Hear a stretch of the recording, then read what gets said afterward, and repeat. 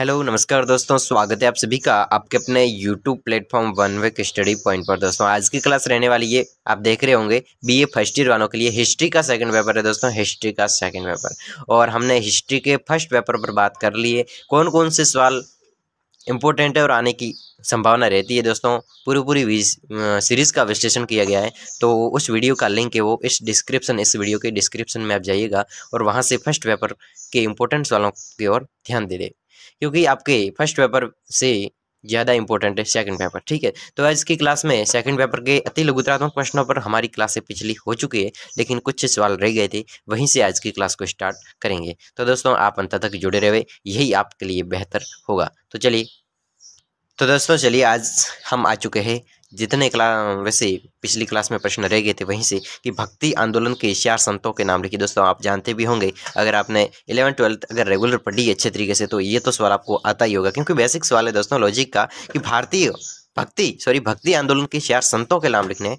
रामानुजाचार्य, निम्बार्काचार्य और माधवाचार्य, रामानंद, कबीर, गुरु नानक, सूरदास और वल्लभाचार्य। तो दोस्तों ये किसके नाम है? भक्ति आंदोलन के 4 संतों के नाम है। रामानुजाचार्य, निम्बार्काचार्य और माधवाचार्य, रामानंद, कबीर, गुरु नानक, सूरदास और वल्लभाचार्य। तो ये 8 गुरुओं के नाम है। तो किस किस संतों के नाम है? भक्ति आंदोलन के 4 संतों का पूछा था, लेकिन हमने 8 लिखी थे। दोस्तों आपके याद रखने के लिए ये सब किया जा रहा है, क्योंकि जितने 8 दे रखे भक्ति आंदोलन के संत है वो कुल और कुल 8 थे, लेकिन इस सवाल में 4 का पूछ लिया गया। तो इसमें से जो भी आप सरल लिखे, जैसे कि रामानंद है, कबीर है, गुरु नानक है, सूरदास है, वल्लभाचार्य है, ये तो 4 के 4 बिल्कुल सरल है, आप याद रख सकते हो। ठीक है, तो दोस्तों सवाल बड़ा इंपॉर्टेंट है, ध्यान में रखिएगा। कब और किसके द्वारा आर्य समाज की स्थापना की गई? दोस्तों सवाल बड़ा, कब और किसके द्वारा आर्य समाज की स्थापना दोस्तों पूछी जा सकती है।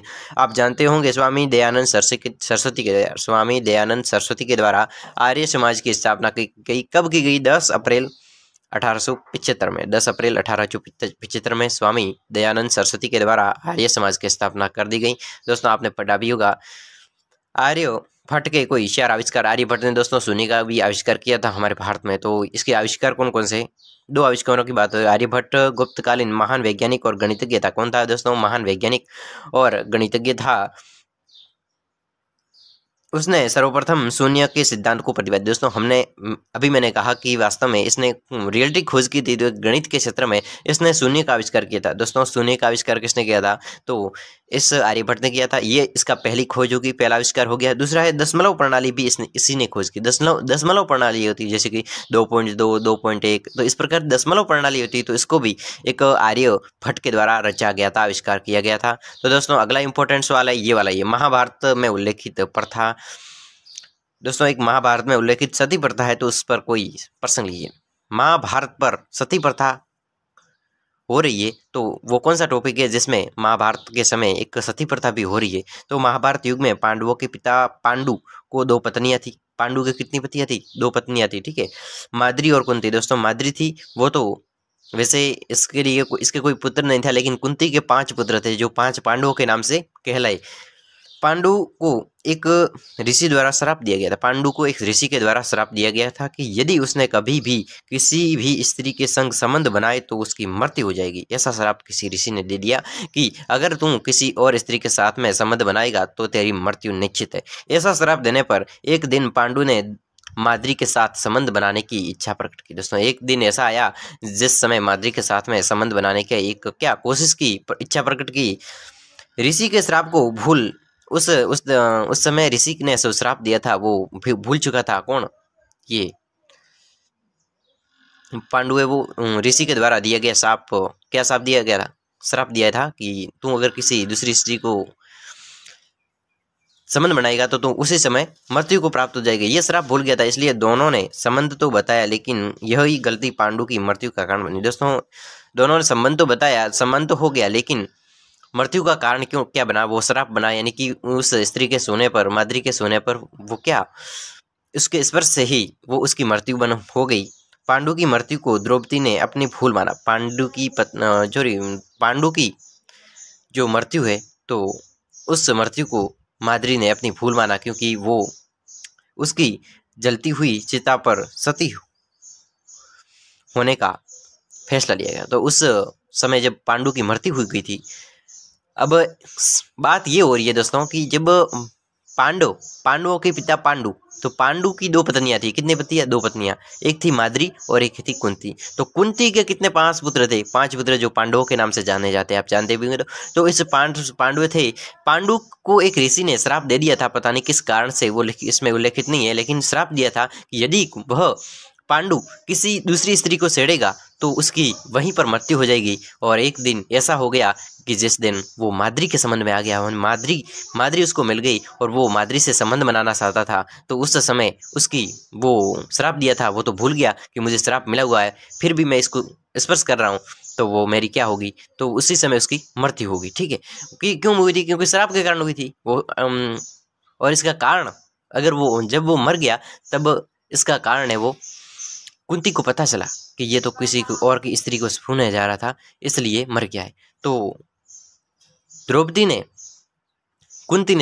कुंती ने अपनी भूल माना कि मैंने स्पर्श नहीं करने दिया, तो इसलिए उसके स्पर्श में आ गया तो ये मर गया। यानी कि इस कुंती ने अपनी भूल को माना। तो यहाँ पर जब पांडु की चिता जल रही थी, तो उसी समय ये कुंती भी सोच रही थी कि मैं भी यहाँ पर क्या सती हो जाऊँ। तो ये बात वहीं पर आती है महाभारत में। ठीक है, तो दोस्तों आगे बढ़ते अगले सवाल की ओर। इम्पोर्टेंट्स दोस्तों, आगे सवाल है, वर्ण व्यवस्था में ब्राह्मणों के कर्तव्यों का वर्णन कीजिए। वर्ण व्यवस्था में ब्राह्मणों का जो कर्तव्य है उसका वर्णन कीजिए दोस्तों। तो वर्ण व्यवस्था में ब्राह्मण के कर्तव्य, दोस्तों वर्ण व्यवस्था में ब्राह्मण के क्या कर्तव्य होते हैं?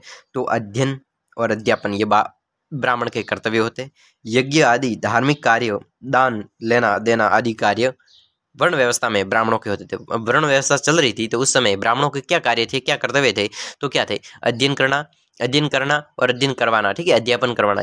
यज्ञ आदि धार्मिक, दान देना और लेना, तो ये कार्य वर्ण व्यवस्था में ब्राह्मणों के थे।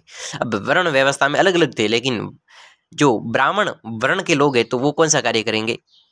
यज्ञ करना, धन लेना, दान देना लेना, तो इस कार्यों में, धार्मिक कार्यों में भाग लेते थे, वो बात हो रही है दोस्तों। इतना भी कोई इंपॉर्टेंट दोस्तों काफ़ी हद तक है।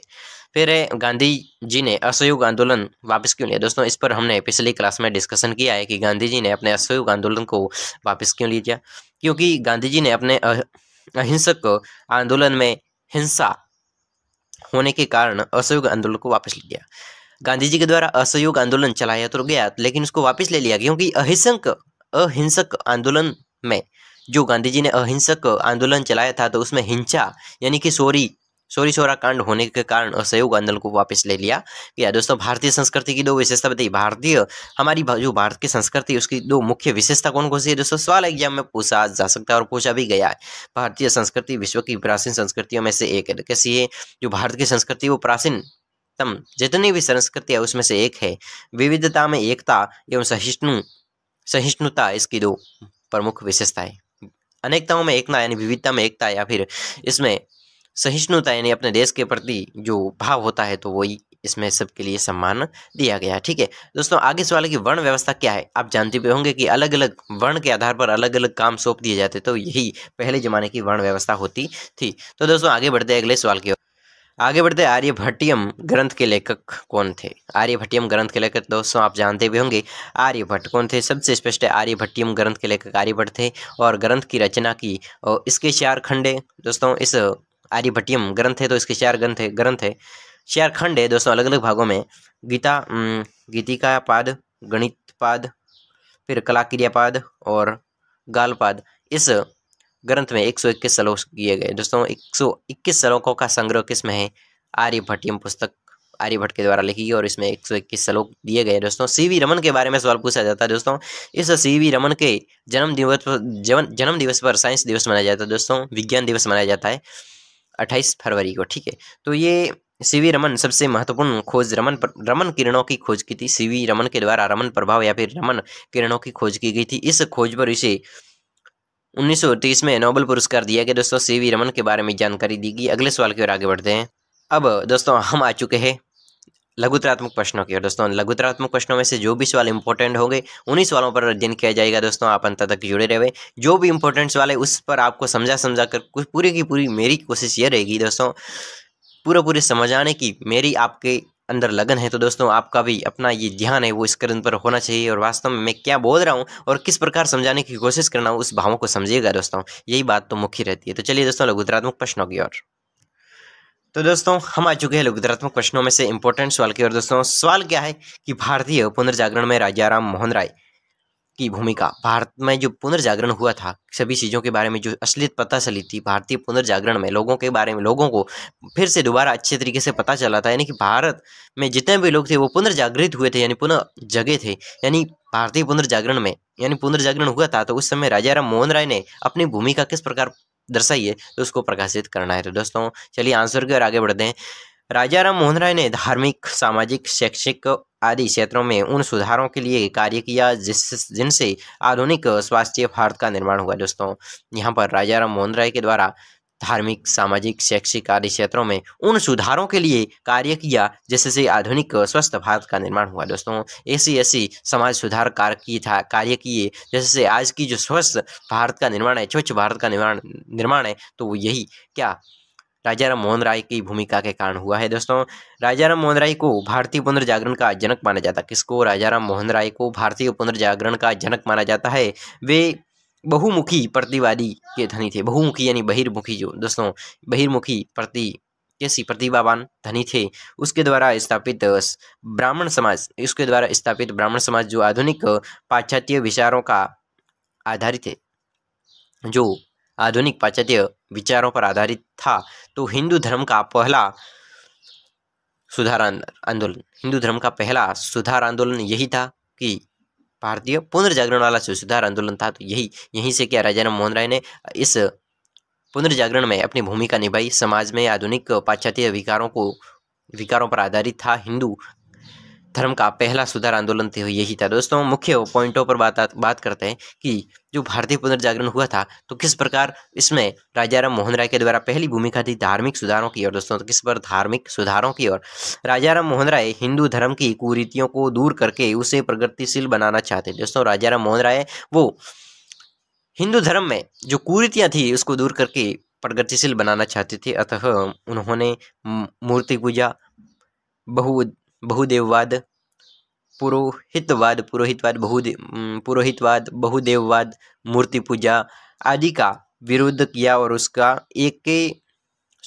एकेश्वरवाद का प्रचार किया। दोस्तों ठीक है, तो उन्होंने भारतीय समाज और धार्मिक धर्म में फैली हुई कुरीतियों को दूर करने के लिए, अपने विचारों का प्रचार करने के लिए 20 अगस्त 1828 को कलकत्ता में ब्रह्म समाज की स्थापना की। दोस्तों यहाँ पर राजा राम मोहन राय ने धार्मिक सुधारों के लिए, धर्म के क्षेत्र में जो सुधार होते हैं, जैसे कि मूर्ति पूजा है, बहुदेववादी यानी अलग अलग बहुत सारे देवों को पूजने वाली प्रथा है, फिर पुरोहितवादी जो पुरोहित को मानते हैं तो वही क्या उसका विरोध किया, मूर्ति पूजा का विरोध किया, बहुदेववादी का विरोध किया। और किसने किया था? राजा राम मोहन राय के द्वारा किया गया। और समाज और धर्म में फैली हुई कुरीतियां, समाज और धर्म में जो अंधविश्वास फैले हुए, कुरीतियां फैले हुए, उसको दूर करने के लिए 20 अगस्त 1828 को कलकत्ता में ब्रह्म समाज की स्थापना किसके द्वारा? राजा राम मोहन राय के द्वारा की गई। ठीक है, आगे है सामाजिक सुधार। दोस्तों राजा राम मोहन राय ने भारतीय पुनर्जागरण के लिए सामाजिक सुधार भी किए। तो किस प्रकार है कि राजा राम मोहन राय ने निम्न प्रकार किए। तो पहले ये सती प्रथा का अंत किया। राजा राम मोहन राय के द्वारा सती प्रथा का अंत किया गया। बहु विवाह का विरोध किया गया। दोस्तों यहाँ पर ये कॉम्पिटिटिव एग्जाम में भी ये सवाल पूछने को देखने को मिलते हैं। दोस्तों तो आपको यहीं पर दोस्तों देख लेना है कि सती प्रथा का अंत किसने किया? राजा राम मोहन राय ने। बहु विवाह का विरोध, बहु विवाह, बिल्कुल कम आयु में बहु विवाह का जो विरोध होता है तो उसमें इसका भी विरोध किया। विधवा विवाह का समर्थन किया। दोस्तों विधवा है तो वो पुनर्विवाह कर सकती है, तो इसका समर्थन किया। बाल विवाह का विरोध और अंतरजातीय विवाह का वकालत अंतरजातीय विवाह होती है तो उसमें तो वकालत की, और बाल विवाह का पूर्णतः विरोध किया। किसके द्वारा? राजा राम मोहन राय की बात हो रही है। दोस्तों पुनर्जागरण के लिए इन्होंने बहुत अच्छे स्त्री को शिक्षा प्रदान की जाए, इस पर वकालत की। ठीक है, और स्त्रियों के पैतृक संपत्ति में अधिकार का समर्थन। दोस्तों स्त्रियों के जो पिता की जो पैतृक सामग्री होती है तो उसमें जो क्या अधिकार होता है, अब पिता के पुत्रों को अगर पिता की जमीन में अधिकार है तो उसमें से स्त्रियों को, यानी कि जो पिता की पुत्रियों को भी वहाँ पर अधिकार दिया जाता है। तो ये इसका समर्थन किसने, राजा राम मोहन राय ने किया। जाति प्रथा, ऊंच नीच के भेदभाव का विरोध किया। जाति प्रथा और ऊंच नीच का जो विरोध होता है तो उसका भी इसमें क्या भेदभाव, ऊंच नीच का इसमें भेदभाव का विरोध किया। ठीक है। फिर रूढ़ियों तथा परंपराओं के अधानुकरण का विरोध किया। रूढ़ियों और परंपराओं, जो पहले से जमाने की परंपरा आ रही है तो उसका जो आधुनिकरण का विरोध किया। आज के ज़माने में पहली प्रथाओं को शामिल करना, जो इसका भी बहुत ही अच्छा विरोध किया दोस्तों। ये पुनर्जागरण के लिए राजा राम मोहन राय के द्वारा किए गए कार्य है। शिक्षा के क्षेत्र में योगदान दोस्तों। ठीक है। जो अनुधारण होती है ना परंपराओं की, तो उसका विरोध किया। ठीक है। राजा राम मोहन राय हिंदू शिक्षा को यूरोपीय शिक्षा वैज्ञानिक आदर्श पर गठित करना चाहते। राजा राम मोहन राय वो जो हिंदू शिक्षा है तो हिंदू शिक्षा को यूरोपीय शिक्षा वैज्ञानिक आदर्श पर संगठित करना चाहते थे। कौन, राजा राम मोहन राय। इसी उद्देश्य से 1819 में कलकत्ता में हिंदू कॉलेज की स्थापना की। किसके द्वारा, हिंदू कॉलेज की स्थापना राजा राम मोहन राय के द्वारा 1819 में की गई। क्योंकि हिंदू शिक्षा को राजा राम मोहन राय यूरोप शिक्षा में बदलना चाहते थे और इस यूरोप शिक्षा को में बदलने के लिए 1819 में कलकत्ता में हिंदू कॉलेज की स्थापना की। और इसकी मान्यता थी कि अंग्रेजी भाषा में अध्ययन से भारतीय का दृष्टिकोण उदार तथा विस्तृत होगा। अगर हम, यानी कि राजा राम मोहन राय ये मानते थे, इसकी ये मान्यता थी कि अंग्रेजी भाषा में अगर भारतीय लोग अध्ययन करेगा, हिंदू लोग अध्ययन करेगा, तो उसमें क्या दृष्टिकोण में उदार और विस्तृत होगा। उसका जो दृष्टिकोण है जानने का, तो उसमें क्या विस्तृत होगा। ठीक है। उन्हें परंपरागत रूढ़ियों तथा अंधविश्वासों से मुक्ति मिलेगी। उससे रूढ़ियों, यानी कि लोगों को, अगर लोग अंग्रेजी शिक्षा को पढ़ेंगे, लोग है वो अंग्रेजी शिक्षा को पढ़ेंगे, तो उसमें रूढ़ियों यानी परंपरागत रूढ़ियों यानी पहले जमाने की जितने भी बुरी, जैसे कि अंधविश्वास को मानना, भगवान को मानना, और इस प्रकार की जो रूढ़ियाँ होती है, जो परंपरागत चली आती रहती, रीति रिवाज होते हैं और अंधविश्वास होते हैं, तो उससे मुक्ति मिलेगी अगर वो शिक्षा ग्रहण करेंगे। तो उन्होंने वेदांत कॉलेज और इंग्लिश स्कूल की स्थापना की। उन्होंने संवाद, कौमुदी तथा मिरात जल समाचार पत्रों का प्रकाशन है वो किया था। तो ठीक है दोस्तों, आगे बढ़ते हैं चौथे पॉइंट की ओर, राजनीतिक क्षेत्र में सुधार। दोस्तों, राजनीतिक क्षेत्र में सुधार राजा राम मोहन राय के द्वारा भारतीय पुनर्जागरण के लिए राजा राम मोहन राय ने राजनीतिक क्षेत्र में सुधार किया। किस प्रकार, राजा राम मोहन राय भारत की स्वतंत्रता के प्रबल समर्थक थे। भारत की स्वतंत्रता, दोस्तों राजा राम मोहन राय ये चाहते थे कि भारत स्वतंत्र हो, और स्वतंत्र हुआ है दोस्तों। वे प्रेस तथा भाषण की स्वतंत्रता के प्रबल समर्थक। किसी भी बात पर प्रेस, यानी कि उस बात का विश्लेषण, प्रेस और भाषण, वे प्रेस और भाषण की स्वतंत्रता के प्रबल समर्थक थे। राजा राम मोहन राय ने भारतीय को प्राचीन भारतीय गौरव, सभ्यता, संस्कृति का ज्ञान कराया, जिससे राष्ट्र की भावना का प्रसार है वो हुआ था। ठीक है। मैकेनिकल के शब्दों में दोस्तों बहुत ही अच्छा, यहाँ पर मैकेनिकल विद्वान के शब्दों में क्या कहा, मैकेनिकल ने क्या कहा कि राजा राम मोहन राय वे एक नूतन युग के प्रवर्तक थे और उन्होंने जो ज्योतिष जलाई आज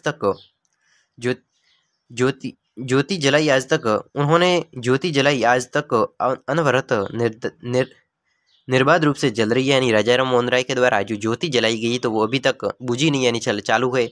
मिस कॉलेट के अनुसार इतिहास में राजा राम मोहन राय उन सजीव पुल की भांति खड़े हैं जिस पर होकर भारत अनेक असीम अतीत से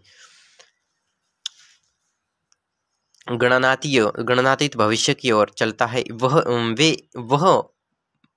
मेहराब थे। दोस्तों, यहाँ पर विद्वान ये कह रहे हैं, अलग अलग विद्वान ये कह रहे हैं कि वे राजा राम मोहन राय ये मेहराब थे जिसने प्राचीन जातिवाद और आधुनिक मानवता के बीच की, अंधविश्वासों और विज्ञान के बीच की, निरंकुशता और लोकतंत्र के बीच रूढ़ रीति रिवाजियों और प्रगति के बीच तथा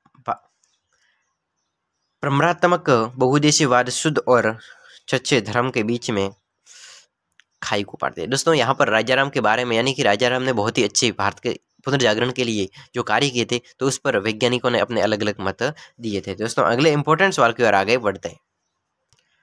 तो दोस्तों, हमने इस सवाल के बारे में बहुत ही अच्छे से डिस्कशन किया हुआ है, वैसे छोटे छोटे सवालों में, लेकिन यहाँ पर लघुतरत्म प्रश्नों में अगर ये सवाल पूछ लिया गया तो आपको अच्छी तरीके से, विस्तृत तरीके से थोड़ा बहुत लिखना पड़ेगा कि बहुत ही अच्छा सवाल है, इंपॉर्टेंट सवाल है दोस्तों, अपनी नज़रों में रखें, ठीक है। अब अगर आप अपने हिसाब से अपने स्तर पर पढ़ रहे तो भी अच्छी बात है, लेकिन मैं आप सभी के सामने मेरी पूरी की पूरी आपको समझाने की कोशिश रहती है दोस्तों। तो आप भी अपना ध्यान लगाए और मेरे शब्दों को सुने कि वास्तव में किस प्रकार मैं आपको समझाने की कोशिश कर रहा हूँ, और अपने मेरे भावों को समझिएगा दोस्तों, ठीक है। फिर क्या है सवाल कि महात्मा गांधी ने असहयोग आंदोलन क्यों प्रारंभ किया। महात्मा गांधी ने आखिर असहयोग आंदोलन क्यों प्रारंभ किया, स्टार्ट क्यों किया, और आंदोलन की महत्ता पर टिप्पणी की। आंदोलन हुआ ये असहयोग आंदोलन, लेकिन इस असहयोग आंदोलन से क्या फायदा मिला, इसकी क्या महत्ता थी, हमारे इस आंदोलन चलाने की क्या महत्ता मिली हमें, तो उसके बारे में दोस्तों हमें लिखना है। और आपके अगर एग्जाम में पूछ लिया जाए तो ये मान के चलिएगा, अगर आपने ये वीडियो देख लिया तो आप इस सवाल को कभी भी गलत नहीं कर सकते दोस्तों, ये आप मान के चलिएगा, ठीक है। तो रॉलेट एक्ट दोस्तों, रॉलेट एक्ट के अनुसार पहला कारण है असहयोग आंदोलन का पहला कारण रॉलेट एक्ट। आप जानते भी होंगे रॉलेट एक्ट के बारे में, तो समझते होंगे आप। ब्रिटिश सरकार द्वारा 1919 में पारित एक एक्ट, ब्रिटिश सरकार द्वारा एक एक्ट पारित किया गया, क्या एक्ट पारित किया गया, जिसके द्वारा राष्ट्रीय आंदोलन के दमन के लिए मजिस्ट्रों को विशेष अधिकार प्रदान किए गए। मजिस्ट्रेट होते हैं उसको विशेष अधिकार, इस रॉलेट एक्ट के द्वारा मजिस्ट्रेट होते हैं उसको विशेष अधिकार प्राप्त किए गए, प्रदान किए गए। जनता ने इनका घोर विरोध किया, किंतु सरकार ने इस और तनिक भी ध्यान नहीं दिया दोस्तों। यहाँ पर जनता ने तो बहुत ही अधिक इसका विरोध किया, इस रॉलेट एक्ट का, लेकिन सरकार ने इस पर कोई ध्यान नहीं दिया। इस काले कानून के विरोध में गांधी जी ने सत्याग्रह करने की चेतावनी दी, और सुभाष चंद्र बोस ने ठीक ही लिखा है कि रॉलेट एक्ट असहयोग आंदोलन का जनक था दोस्तों। असहयोग आंदोलन का जनक कौन था, रॉलेट एक्ट। ये रॉलेट एक्ट है, वो एक्ट 1919 में ब्रिटिश सरकार के द्वारा जारी कर दिया गया, और मजिस्ट्रेट होते हैं ना दोस्तों, उस मजिस्ट्रेट को क्या एक विशेष अधिकार प्राप्त हो गया, और इस अधिकारों और इस एक्ट का लोगों ने विरोध किया, लेकिन सरकार ने कोई ध्यान नहीं दिया। और सरकार ने ध्यान नहीं दिया, इसलिए ये बात तो क्लियर होती है कि असहयोग आंदोलन का कारण यानी स्टार्ट होने का कारण है वो रॉलेट एक्ट ही था, क्योंकि सरकार ने जनता की नहीं सुनी, और जनता ने यानी कि महात्मा गांधी ने अपने लोगों को साथ लेकर इसका असहयोग आंदोलन का कार्य प्रारंभ किया। अगला कारण है पंजाब में सरकार का दमन चक्र। दोस्तों पंजाब में सरकार का दमन चक्र चला, तो ये भी असहयोग आंदोलन का कारण है। दूसरा कारण रॉलेट एक्ट के विरुद्ध में, रॉलेट एक्ट चल रहा था तो उसके विरुद्ध में गांधी जी ने 30 मार्च 1919 को हड़ताल करने की तिथि निश्चित की। दोस्तों महात्मा गांधी के द्वारा 1919 में 30 मार्च 1919 में रॉलेट एक्ट के विरुद्ध क्या एक कार्रवाई करने की सोची और निश्चित तारीख बना ली कि इसी तारीख को हम इकट्ठा होंगे, धरना लगाएंगे, हड़ताल करेंगे, ठीक है, हड़ताल करेंगे, ठीक है। किंतु बाद में 6 अप्रैल 1919 में निश्चित की दोस्तों, फिर थोड़े दिनों बाद में इस तारीख को बढ़ाकर 6 अप्रैल कर दी, ठीक है, मार्च से 6 अप्रैल कर दी, 1919 कर दी गई। इसकी सूचना सब स्थानों पर न पहुंच सकी दोस्तों, इस रॉलेट एक्ट नहीं, ये तारीख बदली गई। अब रॉलेट एक्ट चल रहा था तो इस रॉलेट एक्ट की तारीख फिक्स की गई थी, तो वो तो सबको पता चल गई थी कि इस तारीख को इकट्ठा होने आ, लेकिन महात्मा गांधी ने थोड़े दिनों बाद में उस सुविधा को, उस जो तारीख डेट फिक्स की थी इकट्ठा होने की, तो वो चेंज कर दी, 6 अप्रैल कर दी, 30 मार्च से 6 अप्रैल कर दी। तो लोगों को पता नहीं चला कि ये सूचना है, इसकी सूचना की तारीख चेंज कर दी है, ये सूचना लोगों के पास में नहीं पहुंच सकी। अतः बहुत से स्थानों पर 30 मार्च को हड़ताल हो गई दोस्तों, अलग अलग स्थानों पर हड़ताल हो गई। दिल्ली में हड़ताल के 8 व्यक्ति पुलिस की गोली से मारे गए दोस्तों। दिल्ली में हड़ताल हुई थी तो 8 व्यक्ति पुलिस के द्वारा मारे गए, हड़ताल हुई थी इसलिए। गांधी जी को पेलवेल के स्टेशन पर गिरफ्तार कर अज्ञात स्थान पर छोड़ दिया गया दोस्तों। वहां पर गांधी जी को छोड़ दिया गया, क्योंकि गांधी जी ने तो ये हड़ताल करवाई थी, इसलिए गांधी को पकड़ लिया गया और अज्ञात स्थान पर छोड़ दिया पुलिस के द्वारा, जिससे जनता में बहुत असंतोष फैला गया दोस्तों। महात्मा गांधी को पकड़ लिया तो जनता में असंतोष आ गया, यानी कि उसकी शांति भंग हो गई। इस प्रकार पंजाब में दो प्रमुख कार्यकर्ता है, डॉक्टर किचलू तथा सत्यपाल को भी गिरफ्तार कर दिया गया और अज्ञात स्थान पर छोड़ दिया गया, जिससे अमृतसर में हड़ताल हो गई। नागरिकों ने इस संबंध में जुलूस का आंदोलन किया, परंतु पुलिस ने निहत्थे लोगों पर गोली चला दी। 10 व्यक्ति मारे गए दोस्तों, 10 व्यक्ति तो मारे गए, बहुत से व्यक्ति घायल हो गए। इस अन्याय अत्याचार से जनता में बहुत क्या असंतोष फैल गया। तो यही कारण क्या था, असहयोग आंदोलन का, यह भी कारण, दूसरा कारण दोस्तों। तीसरा कारण है असहयोग आंदोलन का, तीसरा कारण बनता है जलियांवाला बाग हत्याकांड। दोस्तों जलियांवाला बाग हत्याकांड 13 अप्रैल 1919 को अमृतसर के निवासियों ने जलियांवाला बाग शांतिपूर्ण ढंग से एक सभा का आयोजन किया था। दोस्तों अमृतसर के निवासी थे तो उसने जलियांवाला बाग में, जलियांवाला बाग कोई स्थान होगा तो वहां पर एक शांतिपूर्ण ढंग से एक सभा को स्थापित किया गया 13 अप्रैल 1919 को। जब हजारों व्यक्ति बाग में एकत्रित हो गए तो जनरल डायर ने फौजी की टुकड़ी का साथ वहां पहुंचा। जनरल डायर है वो फौजी की टुकड़ी के साथ में वहां पर पहुंचा और उसने सभा को भंग किए जाने का आदेश दिया और बिना गोली चलाने के आदेश दे दिए। दोस्तों बिना ही यानी यहाँ पर क्या, उसने सभा को भंग किए जाने के आदेश दिए बिना, यानी कि सभा को भंग करने का आदेश तो देने का था और उसके बिना ही गोली चलाने के आदेश दे दिए गए। यानी पहला तो हमला करना है, बाद में गोली चलानी, लेकिन उसने क्या किया, जनरल डायर ने डायरेक्ट उस पर गोली चलाने का आदेश दे दिया। बाग के बाहर निकलने के लिए केवल एक तंग मार्ग था, यानी बहुत ही मुश्किल मार्ग था, तो वहीं से बाहर जाया जा सकता था। उस जलियांवाला बाग से बाहर बहुत बड़ी मुश्किल से जाना था और लोग वहां पर बैठे थे, ठीक है। और वहां पर हमला तो हो गया, जलियांवाला बाग में लोग तो बहुत सारे इकट्ठा हो गए, लेकिन वहां से निकलना बहुत मुश्किल है और वहां पर हमला हो गया है। सरकारी रिपोर्ट के अनुसार इस हत्याकांड में 319 व्यक्ति मारे गए। प्रत्यक्षदर्शी यानी उसके सामने उस व्यक्ति थे, उसके सामने जो मरने वाले लोग हैं, तो उसके अनुसार इस हत्याकांड में हजारों व्यक्ति मारे गए। इस घटना के बाद में पंजाब प्रांत 5 जिले में फौजी कानून लागू कर दिया गया। जनता पर अमानुषिक अत्याचार किए गए। गांधी जी इस घटना से शब्द हुए। इस घटना से गांधी जी, ये घटना सुनी जलियांवाला बाग की हत्या, यानी जलियांवाला बाग में लोग इकट्ठा हुए थे और वहां पर लोगों को मार दिया गया जनरल डायर के द्वारा। तो इस घटना को सुनकर गांधी जी ने शब्द हो गए गांधी जी, और असहयोग आंदोलन चलाने का विवश हो गए। दोस्तों असहयोग आंदोलन तो अब तो चलाना ही पड़ेगा, क्योंकि जनरल डायर लोगों को मार रहे, सरकार लोगों को मार रही है, तो गांधी जी ने असहयोग आंदोलन चलाने का जलियांवाला बाग के बाद में एक क्या मजबूर हो गई, वास्तव में अब तो आंदोलन करना पड़ेगा। हंटर समिति। दोस्तों गांधी जी ने बहुत ही दिक्कतों के साथ में इस असहयोग आंदोलन को स्टार्ट किया था। एक कारण नहीं, बहुत सारे कारण थे। हंटर समिति का यह भी कारण था, जनता की निरंतर मांग के बाद सरकार ने पंजाब की घटनाओं के बीच में जांच करने के लिए हंटर कमेटी नियुक्त की। दोस्तों असहयोग आंदोलन का चौथा कारण है हंटर समिति। दोस्तों हंटर समिति जनता की निरंतर मांग, जनता ने बहुत निरंतर मांग की, तो उस मांग के बाद में सरकार ने पंजाब की घटनाओं की जांच करने के लिए हंटर कमेटी नियुक्त की। हंटर कमेटी की रिपोर्ट में सत्याग्रही के कार्यों में निंदा की गई, सत्याग्रही की जो कार्य उसमें निंदा की गई। सरकारी पदाधिकारियों के अत्याचारों को छिपाने की कोशिश की गई, जो पदाधिकारियों के अत्याचार है उसको छिपाने के लिए कोशिश कर दी गई, और तथा सरकारी पदाधिकारियों के अत्याचारों को छिपाने की कोशिश की गई। डायर को दंडित करने के बजाय इंग्लैंड में पुरस्कृत किया गया। दोस्तों वो जनरल डायर था, उसने जलियांवाला बाग में लोगों को मारा था, ठीक है, हजारों लोगों को, तो उसको जनरल डायर को सजा देने के बजाय वहां पर क्या पुरस्कृत कर दिया गया, और इस घटनाओं से महात्मा गांधी का सरकार पर विश्वास उठ गया। दोस्तों सरकार ने वहां पर क्या उसका सम्मान किया, और इस घटना को देखकर गांधी जी ने क्या एक विश्वास सरकार से टूट गया। दोस्तों तो फिर ये असहयोग आंदोलन का स्टार्ट हुआ। अब है दोस्तों असहयोग आंदोलन एक और कारण हुआ था, इसके कारण स्टार्ट हुआ है कांग्रेस का कलकत्ता अधिवेशन। दोस्तों कांग्रेस का जो कलकत्ता अधिवेशन था, तो इससे भी परेशान हुए थे गांधी जी और असहयोग आंदोलन चलाने के लिए मजबूर हुए थे। सितंबर 1920 ईस्वी में कलकत्ता में कांग्रेस का एक अधिवेशन बुलाया गया। लाला लाजपत राय उसके सभापति थे। इस अधिवेशन में महात्मा गांधी ने अहिंसात्मक असहयोग आंदोलन का प्रस्ताव रखा। इस अवसर पर महात्मा गांधी ने कहा, ब्रिटिश सरकार शैतान से कम नहीं। दोस्तों ब्रिटिश सरकार शैतान से कम नहीं, ये महात्मा गांधी बोल रहे हैं कि ब्रिटिश सरकार है वो शैतान से कम नहीं।